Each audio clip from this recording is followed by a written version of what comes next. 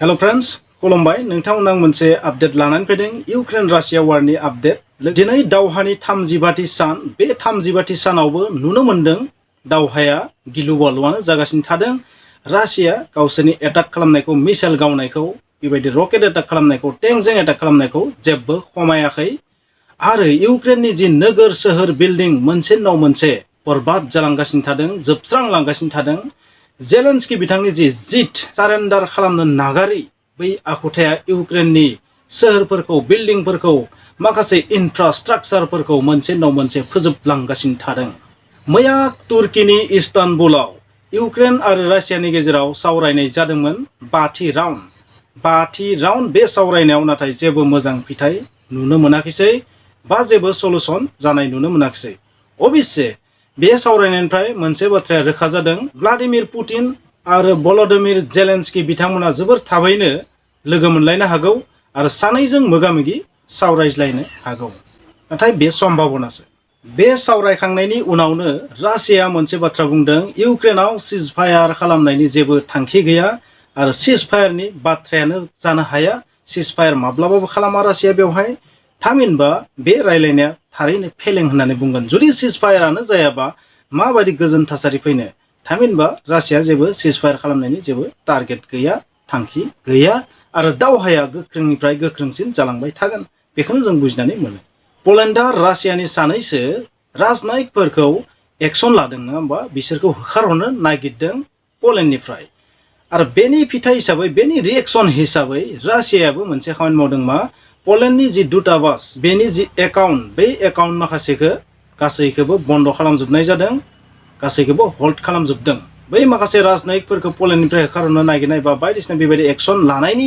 Reaction हिसाबै रासियाबो बेबायदि मावदों एक्शन एन्ड रिएक्शन बेबायदि सोलिबाय थादों जो बाइडेन बिथाङा मोनसे बाथ्रा बुंदों व्लादिमिर पुतिन बिथांनि सायाव बिथाङा बुंदों मा व्लादिमिर पुतिन बिथाङा राष्ट्रपति हादरगिरि जाना थानायनि जेबो लायक नङा जेबो समाया हादरगिरि जाना थानायनि थाखाय योग्यता नङा बे थारैनो हादरगिरि बिबाननिफ्राय बेखौ बोखारनांगौ बोख्लायनांगौ होखारनांगौ बेबायदि बिथांनि टारगेट 6 आरो 7 एप्रिलनि गेजेराव ब्रुसेल्सआव बेलजियामनि ब्रुसेल्सआव नेट'नि हादरफोरनि विदेश मन्थ्रिफोरनि मोनसे मिटिं जागोन आरो बे मिटिंआव यूक्रेन रासिया वारनि सोमोन्दैनो गोबां बाथ्रा सावरायगोन आरो बे दावहाखौ माबोरै फोजोबनो हायो एबा रासियानि सायाव माबायदि आरोबाव सेंसन लागायनो हायो रासियाखौ आरोबाव माबायदि डमिनेट खालामनो हाबावो बेनि सायाव गोबां बाथ्रा सावरायगोन आरो बेयो जो बाइडेन बिथांनि थुनज्लायनायावनो जागासिनो दं होननानै आं बुंगोन बबेखानि मैया तुर्कीयाव जा इस्तानबुलाव मिटिं जादोंमोन बे इस्तानबुलनि मिटिंनिफ्राय मोनसे बाथ्राखौ रासिया बुंदों किभ आरो सारनि हाबाव अपारेशनखौ आर्मि अपारेशनखौ बा एटाकखौ एसे खम खालामगोन नाथाय सिजफायार खालामा एसे खम खालामगोन नाथाय सिजफायार खालामा बेबायदि बुंदों सासे इउनाइटेड स्टेट्स अफ आमेरिकानि सासे सुबुं बिथां मोनसे बाथ्रा बुंबाय थादों USA नि सायावनो बुंदों जि यूक्रेन रासियानि गेजेराव जि दावहा जाबाय थादों बे दावहाया जाबाय USA निनो थुनज्लायनायाव जादों बा USA आ गोबाव समनिफ्रायनो रासियाखौ बेबायदि दावहायाव थुसोमहरनो थाखाय नाजाबोगासिनो थादोंमोन आरो बेबायदि रासियाखौ दावहायाव लाबोनो थाखाय बा दावहायाव सरसोमनो थाखाय बा दावहायाव फासायनानै दोनहरनो थाखाय आमेरिकाया दिनैसिम मा मावबोदों बेनि फंनैसो बाथ्रा बुंदों आरो बेखौ नोंथांमोना बेसेबां सैथो होनना सानो कमेन्टआव लिरबानो जाबाय बै सुबुंनि नामखौ आं नोंथांनो खिन्थालिया बिथाङा मा बुंदों USA नि सायाव बिथाङा बुंदों बे दावहाया USA नि सायाव रासियाखौ बेबायदि दावहायाव नारसोमनो थाखाय नाजाबोगासिनो थादोंमोन आरो बेनि थाखायनो यूक्रेनखौ नेट' हाबनायनि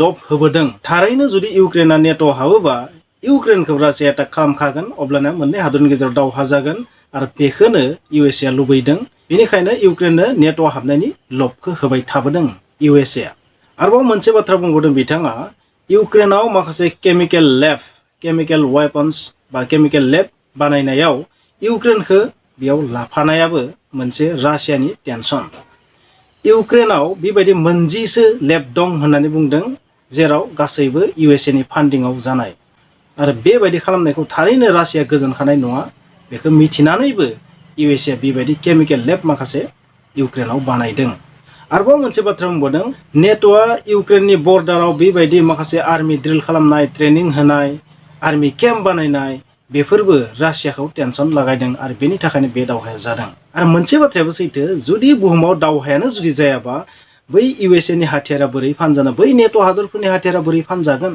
बेनिखायनो हाथियारखौ फाननो थाखायथ' दावहा नांगोन। दावहा थायोब्लासो बा मोनसे हादरा सोरनिबा फारसे गिनाय मोनसे थायोब्लासो हाथियारखौ थारैनो बायगोन। बेनिखायनो हाथियार फाननो थाखायबो बेबायदि दावहायाव नारसोमनो थाखाय USA नाजाबोदों होननानै आं बुंगोन। बेखिनियाव नोंथांमोना मोनसे लिस्ट होदो। नोंथांमोना थारैनो स्क्रिनाव नुगोन बबे हादरा बेसेबां हाथियार फानो। थारैनो नोंथांमोना नुदो USA बेसेबां फानो आरो मोननैसो गुबुन गुबुन नेट' कान्ट्रिसफोरा बेसेबां फानो आरो रासिया बेसेबां % फानो। बेनिफ्राय नोंथांमोना थारैनो नुबाय 50निख्रुइ बांसिन जौखोन्दोआनो नेट' कान्ट्रिसफोरा हाथियार फानो बुहुमाव, आरो बिनि मादाव बयनिख्रुइ बांसिन सोर? USA आनो 37%। नुदों नोंथांमोना सेकेन्डआव रासियाखौबो नुदों 20%। बेबायदिनो गुबुन गुबुन हादरफोरा फ्रान्स, जार्मानि बेफोरबो फानो। बिसोरनि जि फाननाय पार्सेन्टेज बेखौबो नोंथांमोना नुदों। बेवहाय नुबाय रासियाखौ गारनानै गासै नेट' कान्ट्रिस बुंनो थाङोबा बै नेट' कान्ट्रिसफोरा 56 बा बिनिख्रुइ बांसिन % हाथियारखौ बुहुमाव फानो। आरो बे हाथियारनि बाजारा थारैनो जोबोर मुलाम्फा गोनां, नोंथांमोना थारैनो मिथिगौ। आरो बेबायदि हाथियार बायनायनि बेलायाव सौदी आरबिया नम्बर 1, इन्डिया सेकेन्डआव दं। मैयानि जि इउक्रेन रासियानि जि सावरायनाय इस्तानबुलाव, बेवहाय नोंथांमोना नुगोन सोरगिदिं जेथिंनो मेथिंनो माखासे कामान्ड' दंमोन आरो स्नाइपार्सबो दंमोन। स' थारैनो बे जोबोर high level meeting, high tension मिटिंमोन। आरो बे मिटिंआव सोरगिदिं सेफटिनि थाखाय बेबायदि स्नाइपार्स, हेलिकप्टार बेबायदि माखासे सेफटि मेजार्सखौ लानाय जादोंमोन। आरो एरडगेन बिथाङा बेबायदि सेफटिखौ होदोंमोन। बिसोर जि डेलिगेसन थांदोंमोन बेवहाय मोननैबो हादरनि डेलिगेसनखौ सेफटिनि थाखाय बेबायदि मावदोंमोन। स' नोंथांमोना साननानै नाय, मोननै हादरनि गेजेराव दावहा जाबाय थायोबा, बै मोननै हादरनि गेजेराव जुदि सावरायनाय जायोबा, बै सावरायग्रा सुबुंफोरनि जाय सान्ति दूत बिसोरनि रैखाथिनि थाखाय मा खालामनो गोनां जायो। थारैनो अद्भुत। मोनसे निउस मोनदों दिनै, भ्लादिमिर पुतिन बिथाङा निउक्लियार बांकाराव सहैबाय। जोबोर सेफटि, जाय निउक्लियार बमजोंबो बे बांकारा खहा जाया, बेबायदि निउक्लियार बांकार बानायदों। आरो बे बांकाराव भ्लादिमिर पुतिन बिथाङा थांबाय आरो बे निउक्लियार बांकारनिफ्रायनो बिथाङा गासै दावहाखौ सामलायगोन, जों बेबायदि मिथिनो मोनदों। आरो बै निउक्लियार बांकाराव गासैबो सुबिदायानो दं। बिथाङा बेनिफ्रायनो गासैबो कामानखौ होनो हायो, हादरखौबो सालायनो हायो। निउक्लियार बमनि जि सुइच, बे सुइचआबो बेहायनो दं। बेनिफ्रायनो निउक्लियार बम एटाक खालामनायनिबो निर्देशबो होनो हायो बिथाङा। निउक्लियार बांकाराव थांनाया मोनसे साइक'लजिकेल वारफेयारबो जानो हागौ नेट' कान्ट्रिसफोरखौ, इउएसएखौ सिगिनो थाखाय। नाथाय इउएसएआबो बेवहाय फावसायनानै थायाखै। बै निउक्लियार बांकारखौ सेफायनो थाखाय बिथांमोनाबो गिलु बालु हाथियारखौ रेडि खालामखाबाय। थारैनो बेफोर गासैबो साइक'लजिकेल वारफेयारानो जागोन। इउनाइटेड नेशंस अर्गेनाइजेसना बुंनाय बायदिब्ला दिनैसिम रासियाया इउक्रेनाव 1300निबो बांसिन मिसाइलजों एटाक खालामबाय। स' बे थारैनो मोनसे जारिमिन होननानै बुंनांगोन।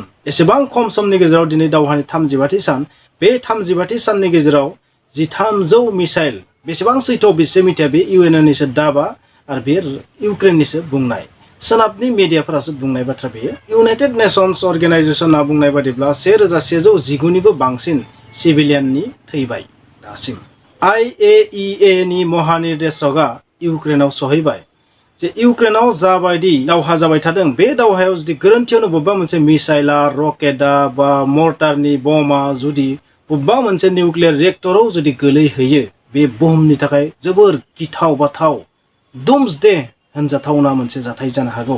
बेनिखायनो बेनि रैखाथिनि थाखाय माखासे निउक्लियार पावार प्लान्ट, निउक्लियार रिएक्टरनि रैखाथिनि थाखाय महानिर्देशक बिथाङा इउक्रेनसिम थांदों, बेबायदि मिथिनो मोन्दों।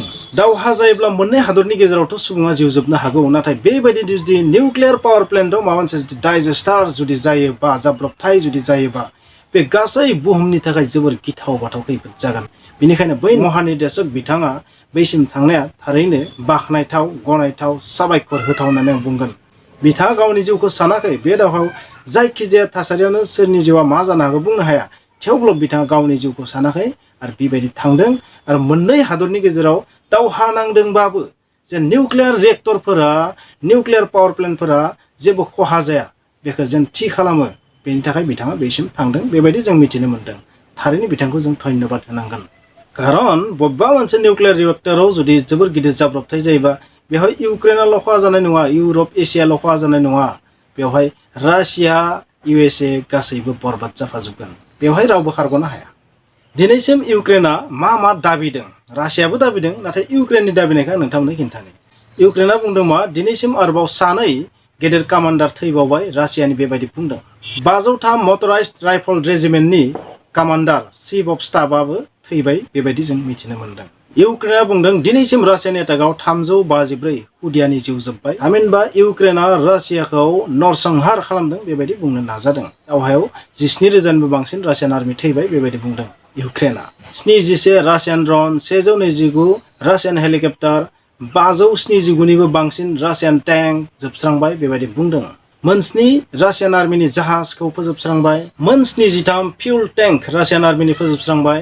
आरोबाव 127 एयारक्राफ्टखौ गावख्लायनो हाबाय रासियानि बेबायदि इउक्रेना दाबिनानै लादों। बेसेबां सैथो मिथिया, जियानो जाया मानो दावहायाव मोन्नैबो हानजानिफ्राय समानानो खहा जाखायो, बेबो सैथो। मोनसे बाथ्रा मिथिनो मोनदों, रासियानि बिदेश मन्थ्रिया भारताव फैगोन। मानो होनबा जों नुनो मोनदों बे दावहानि थासारियाव इन्डिया खेंसालिबाबो रासियाखौ सापर्ट खालामबोदों। इउएनएससियानो जा, इउनाइटेड नेशन जेनेरेल एसेम्ब्लिनि बाथ्राखौनो बुं, बेबायदिनो पेट्रलियाम बा गेस बायनायनि बेलायावनो बुं, आरो इन्डिया आरोबाव खैला बायनायनि बेलायावनो बुं, रासियानिफ्राय बेबायदि गोबां बिबांनि खैला पेट्रलियाम इन्डिया बायगासिनो थादों आरो बिसोरनि रांखान्थिखौ माखासे हेल्प खालामबाय थादों इन्डियाया।